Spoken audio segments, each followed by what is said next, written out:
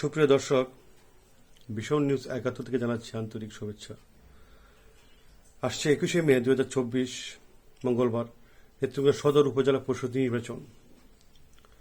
মহিলা vice chairman পদে শহীদ পরিবারের সন্তান, সমাজ ও সাংস্কৃতিক কর্মী, আবৃত্তিকার প্রশিক্ষক শিল্পী ভট্টাচার্য। আজ আমরা তার মুখ থেকে শুনব জনগণের আশা আকাঙ্ক্ষা কতটুকু উনি নির্বাচিত পূরণ করতে পারবেন। এই নিয়ে ওনার সাথে আজ আমরা আলোচনা করব।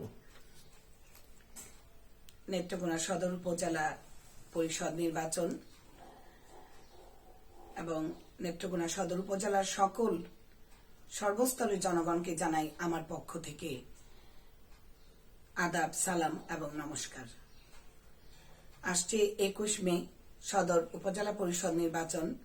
এই নির্বাচনে আমি শিল্পী ভট্টাচার্য, একজন শহীদ পরিবারের সন্তান, মুক্তিযুদ্ধের পক্ষের একজন কর্মী এবং সর্বোপরি সমাজকর্মী, এবং আমি একজন আবৃত্তিকার। আমি এই নির্বাচনে মহিলা ভাইস চেয়ারম্যান পদে একজন প্রার্থী। আপনাদের সকলের দোয়া, আশীর্বাদ এবং সহযোগিতা চাই। আপনারা জানেন মানুষ এখন নির্বাচনমুখী। যদিও বর্তমান সময় এখন আমাদের ধান তোলার সময় অত্র অঞ্চলের মানুষ কিছুটা হয়তো নির্বাচন সম্পর্কে অনেকটা তাদের জীবন জীবিকার কারণে অতটা নির্বাচনের প্রতি তাদের আগ্রহটা কর্মের কারণে হয়তো অতটা হতে পারছে না। কিন্তু তারপরও আমি বলবো এটা দলীয় প্রতীকবিহীন নির্বাচন, মানুষ নির্বাচনমুখী। আপনারা জানেন আমি বিগত ৪ মাসেরও বেশি সময় ধরে মাঠে ছিলাম, নির্বাচন করব মহিলা ভাইস চেয়ারম্যান পদে। আর একটু পিছনে যদি যান তাহলে দেখতে পাবেন আমি গত নির্বাচনে একজন প্রার্থী ছিলাম। এখন জনগণের হাতে ক্ষমতা। আমি এবার গতবারের মতো নিশ্চয়ই যে নির্বাচন কোনো বিনা প্রতিদ্বন্দ্বিতায় পাশ করার সুযোগ নেই।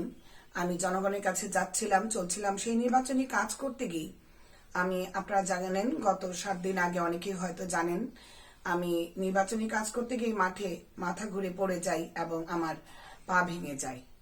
আমি সবার আগে আমার নেত্রকোনা সদর উপজেলার সকল ভোটারদের কাছে আমি করজোড়ে ক্ষমা প্রার্থী। আমি আমার মা বোনদের কাছে যেতে পারছি না, আমি তাদের কাছে পৌঁছতে পারছি না আমার অক্ষমতা, আমার পা ভেঙে যাওয়ার কারণে। তারপরে আমি যথাসাধ্য চেষ্টা করছি, আমার ডাক্তারের পরামর্শে আমি পায়ে প্লাস্টার নিয়ে আমি যাদের কাছে পৌঁছতে চেষ্টা করছি, আবার অনেকের কাছে পারছি না। সেজন্য আমি আবারও ক্ষমা প্রার্থী।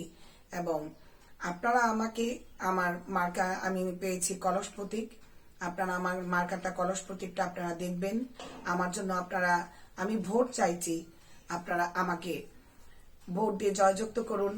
আমি, আমার একান্ত প্রত্যাশা, আমি আপনাদের কাছে, সবার কাছে আমার কলস প্রতীকে ভোট চাই। আমি নির্বাচিত হলে কি করতে পারবো? আমি আসলে একটা ব্যাপার দেখবেন, আমি তো সবসময় মানুষের পাশেই ছিলাম, মানুষের জন্যই আমি সর্বদা নিবেদিত ছিলাম। আপনারা আমাকে আগেও পেয়েছেন। আমি আশা করি একটা পদে পোস্টে গেলে পরে আমার জন্য কাজ করতে অনেক বেশি সুবিধা হবে, এটুকু আমি বলতে পারি। আপনাদের সুখে আমাকে নাই ডাকতে পারেন, আপনাদের দুঃখে যে আপনাদের পাশে আমি থাকবো সেই ভরসা আপনারা আগেও করেছেন, আগামীতেও আমি জানি আপনারা আমাদের উপর সেই ভরসাটুকু আমার উপর করবেন। এটাই আমার একান্ত প্রত্যাশা। আমি আবারও নেত্রকোনা সদর উপজেলার সর্বস্তরের ভোটারদের কাছে আমি পৌঁছতে না পারার অক্ষমতার জন্য ক্ষমা চেয়ে আমি আমার কলস মার্কায় সবার কাছে দোয়া, আশীর্বাদ এবং ভোট চাই।